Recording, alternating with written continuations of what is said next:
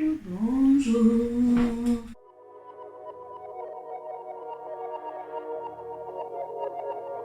Comme vous avez pu le voir dans le titre, on est sur une vidéo où je vais vous parler de la déco de mon anniversaire, un petit peu de la déco puisqu'on est en train de commencer, enfin je suis en train de commencer. Vous avez compris quand je dis on, c'est qu'en fait je parle de moi. Mais j'ai l'impression de ramer, de fou, d'être sur la même chose depuis 115 ans. Première chose qui a été faite et qui était la plus simple, c'est les marques Place. J'ai pendant longtemps cherché, puisque comme vous saviez à la base je devais faire mes 30 ans, donc du coup j'avais déjà une idée de marque Place, mais ça allait me prendre du temps à faire. Si vous entendez un bruit bizarre derrière, c'est ma machine à laver qui est en train de tourner. J'ai fermé la porte, mais bon, on entend quand même. J'ai vu une idée sur Pinterest. En fait, à chaque fois que je vous parle d'un truc, généralement je trouve sur Pinterest, où c'est les baguettes avec une étiquette et elles sont soit mises toutes dans un pot, soit disposées sur une table. Et ça, c'est dans le cas où, enfin, l'idée que j'ai vue sur Pinterest, c'était dans le cas où il n'y a pas de placement de table. Du coup, j'avais pensé faire ça et mettre une petite étiquette à la baguette. Initialement, j'étais partie sur ça. Et du coup, pour les baguettes, leur faire des jolies boîtes. Vous allez voir que au début, je pars sur des idées très compliquées et je cherche le meilleur moyen de faire la chose le plus simplement possible et le plus plat possible aussi, parce qu'il faut que derrière je les conserve au moins jusqu'au mois d'avril et potentiellement après le mois d'avril, puisqu'il y a des gens qui vont potentiellement pas récupérer la déco ou les choses que j'aurais fait à leur nom. Donc je me suis dit, la boîte, non, ça va prendre trop de temps, ça va être trop chiant. Et puis j'ai vu une autre idée sur Pinterest avec les noms justement des gens, et donc j'ai allié les deux, où j'ai décidé, voilà, de faire des baguettes et de faire des petites pancartes pour mettre les baguettes dedans. Donc elles sont ici. Donc vous voyez, ça c'est tout ça, ça représente une cinquantaine de personnes. Et en fait elles sont comme ça.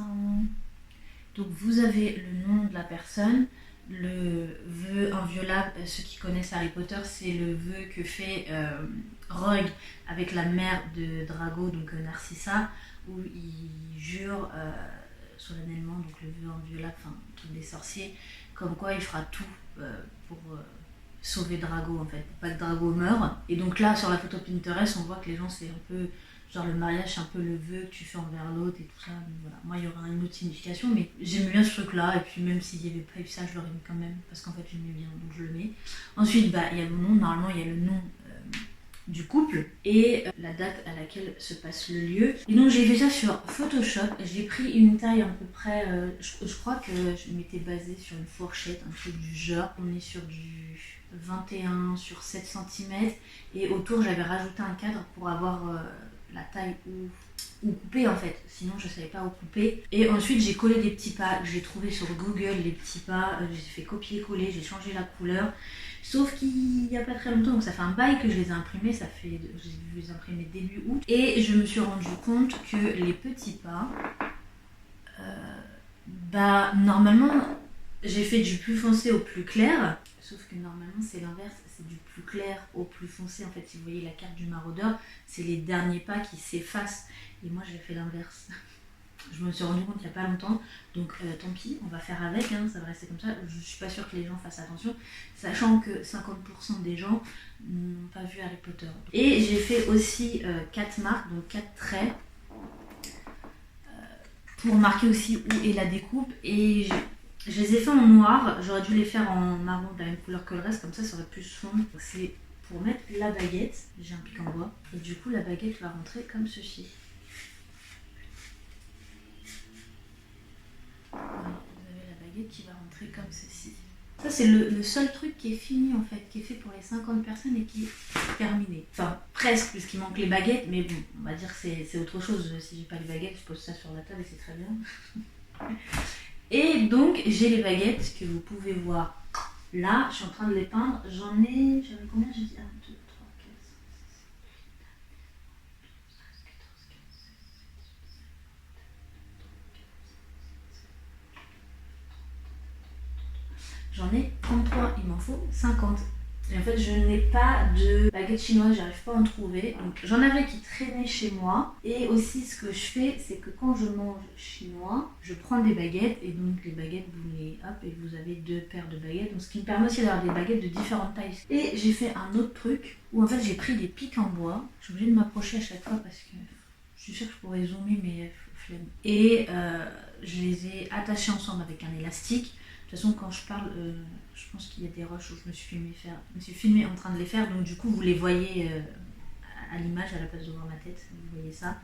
Où je les ai accrochés ensemble, et ensuite après je mets de la colle chaude dessus ou de la pâte durcissante. Donc par exemple celle-ci elle n'est pas terminée, où je mets, vous voyez de ce côté là il manque de la pâte durcissante qui durcit à l'air libre, ou sinon vous pouvez aussi utiliser de la pâte fimo qui cuit au four, ou toute autre chose que vous voulez pour faire de l'aluminium, et puis après vous mettez de la pâte. Enfin, voilà. Le seul bémol avec les baguettes en pique, si je prends celle-ci, c'est qu'en fait vous n'avez pas une pointe fine. Vous voyez, ça fait des picots quoi. Vous voyez les picots. Il faut que je trouve une solution, donc je pense qu'au bout je vais mettre de la colle chaude ou un truc comme ça. Mes baguettes. Donc il y a plein de styles différents. Pour l'instant j'ai fait tout ça. Donc j'ai plusieurs styles de baguettes. Vous avez celle-ci, vous voyez, comme ça. Après des fois je rajoute des petites perles en bois en haut. Donc voilà, si je me reculais ce serait peut-être un peu mieux. En même temps je fais ça sur un fond blanc histoire que vous voyez encore mieux. Voilà, donc là hop. Mais bon, en gros une fois peinte, ça donne par exemple ça, hein, donc on dirait un peu un caca boudin. Il faut que je retravaille ça. Voilà, vous avez celle-là aussi. Et celle-là que j'ai complètement recouvert de pâte, et du coup elle fait très épaisse et elle fait un peu plus vraie baguette, enfin je sais pas. Donc là je suis en train de les peindre en marron, et j'ai testé un truc hier où dans les petits creux je mets de la peinture noire que j'ai un peu diluée dans de l'eau pour pas qu'elle soit à 100% opaque, et comme forcément ça déborde, et du coup avec ma main en fait je fais comme si je voulais enlever la peinture noire, mais en fait ça l'étale partout et ça donne un effet plutôt sympathique. Et se planta verticalement en vibrant avec force à l'endroit précis où la main droite de Cyrus s'était trouvée un instant auparavant. « Pour l'amour du ciel !» hurla Mrs. Wesley. « Vous n'aviez pas... » Ensuite on a les vives d'heure. J'avais acheté des petites boules un peu... elles sont un peu molles, hein. Genre si tu appuies dessus tu les écrases, des boules. J'avais... voilà, les boules.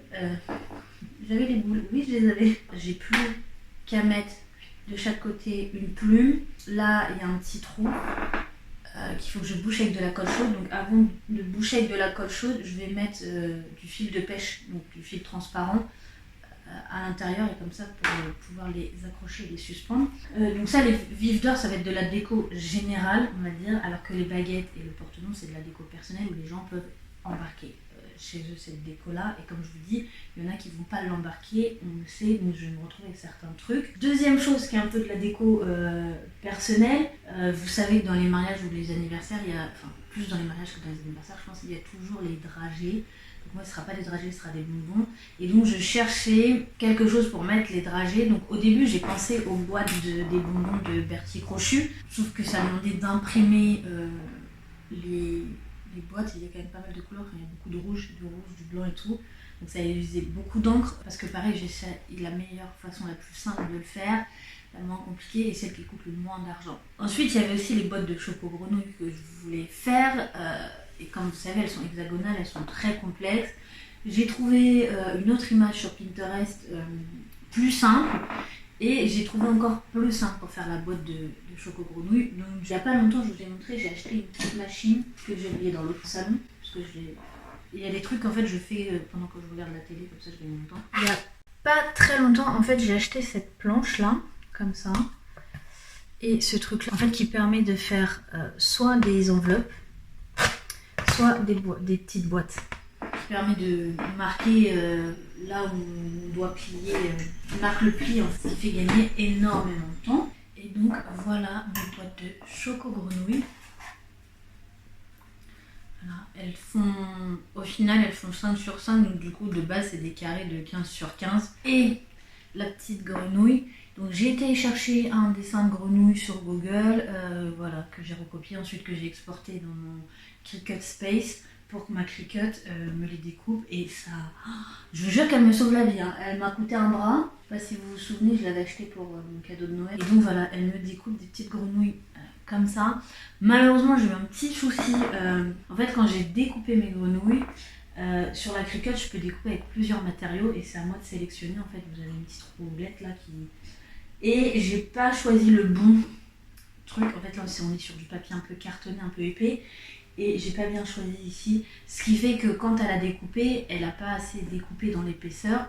Et je m'en suis rendu compte quand j'ai enlevé ma feuille de mon tapis, parce qu'en fait j'ai un tapis qui est autocollant, enfin qui colle, je mets ma feuille dessus, je mets dans la machine et découpe. Et du coup je me suis rendu compte que ça n'avait pas transpercé, on va dire, de l'autre côté, enfin ma feuille, et du coup je l'ai vu quand j'ai enlevé la feuille. Donc quand je l'ai remis, ça a décalé de genre 1 millimètre, quoi.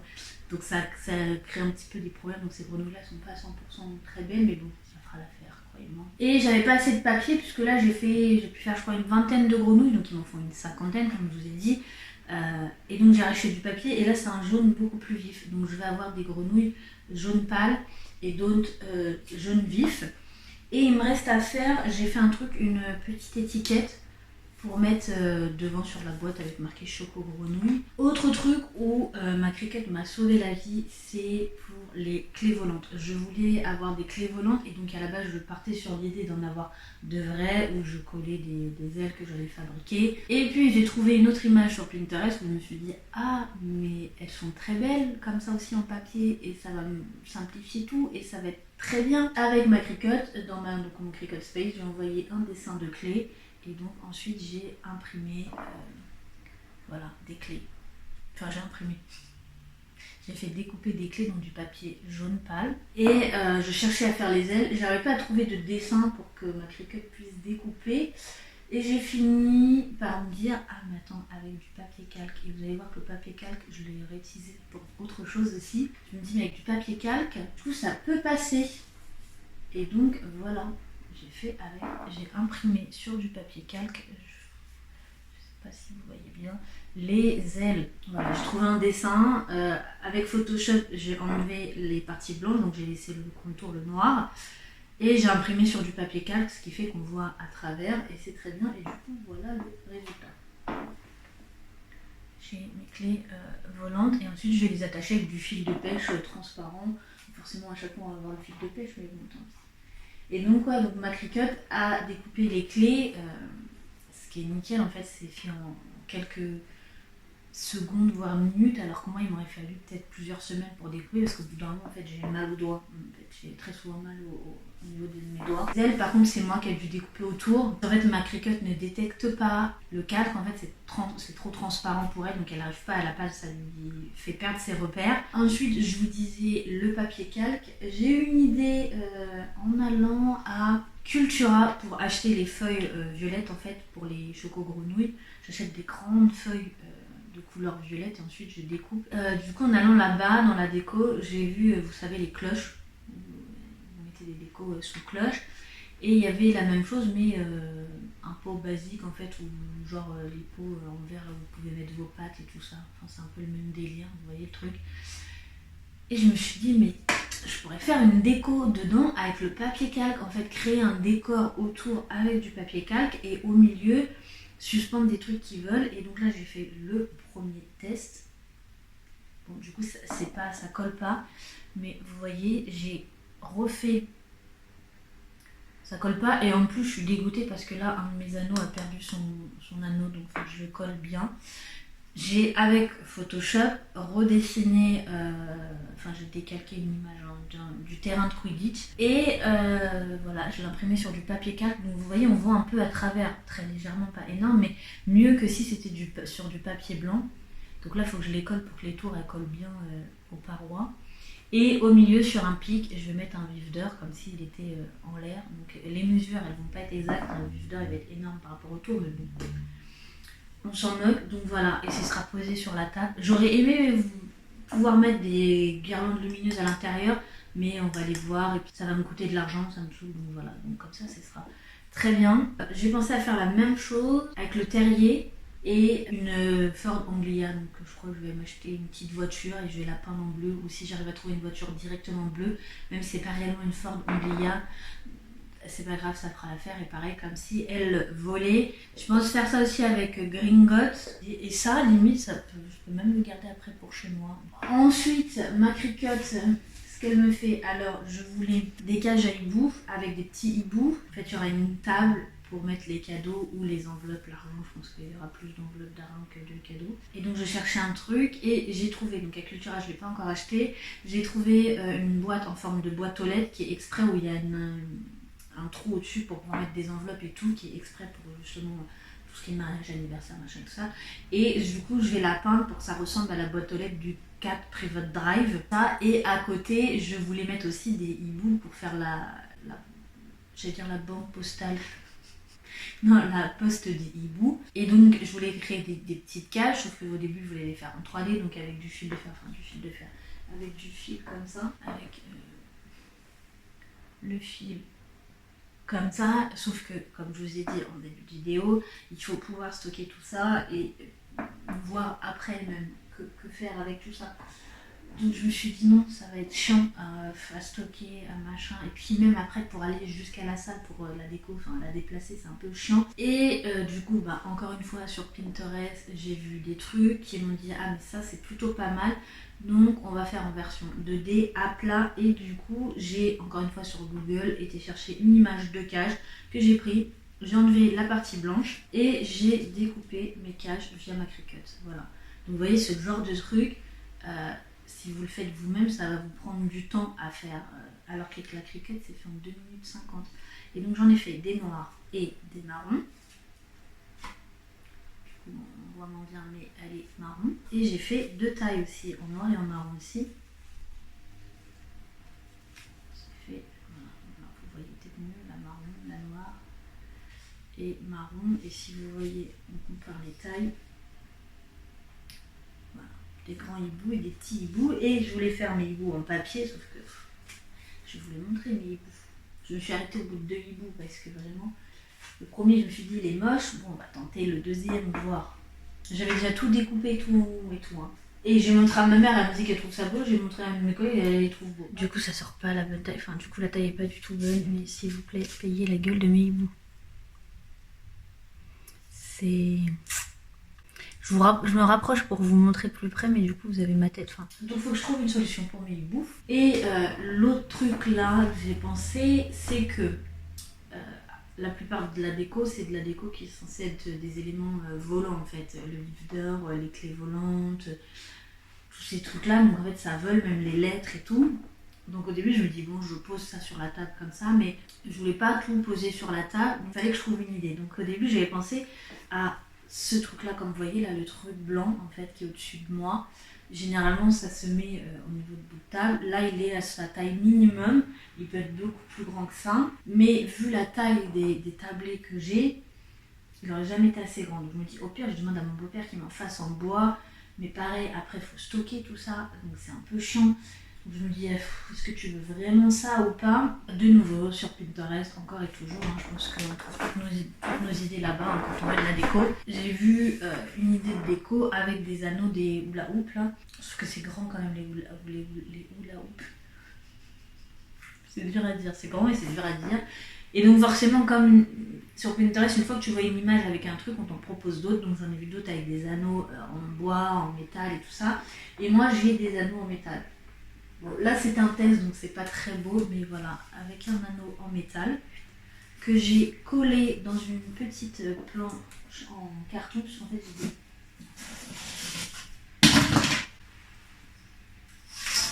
et voilà, ça tombe. En fait j'ai des cartons comme ça que j'ai gardé de mes bibliothèques Billy en fait pour les maintenir tranquillement, et ils avaient mis ce genre de carton, ce qui me permet de faire le socle en fait de la suspension. Et ensuite avec du fil, donc là j'ai testé avec du fil blanc mais ça fait pas beau, c'est pour ça que j'ai acheté du fil de pêche. Je vais les coller, alors pas tous au milieu, mais voilà, je vais les coller tout le tour du cercle pour que ça fasse un peu volant. Donc là on a les clés volantes, et comme vous avez vu il y a ces boules là transparentes, donc j'en ai acheté plusieurs. Et de c'est une catastrophe, je vous jure. Et en fait dans vous voyez il y a du papier rouge et jaune, donc là on sait que c'est Gryffondor, donc je vais faire la même chose pour les 4 maisons, pour faire de la déco aussi les accrocher là comme ça et les poser aussi comme ça sur la table. Donc là il y a juste le pied, vous voyez, ça fait pas très beau, en plus j'ai mal fait, j'ai fait un peu, là on voit la colle et tout. Du coup au niveau du support, en fait ça va pas être laissé comme ça, il faut que je trouve un truc pour décorer.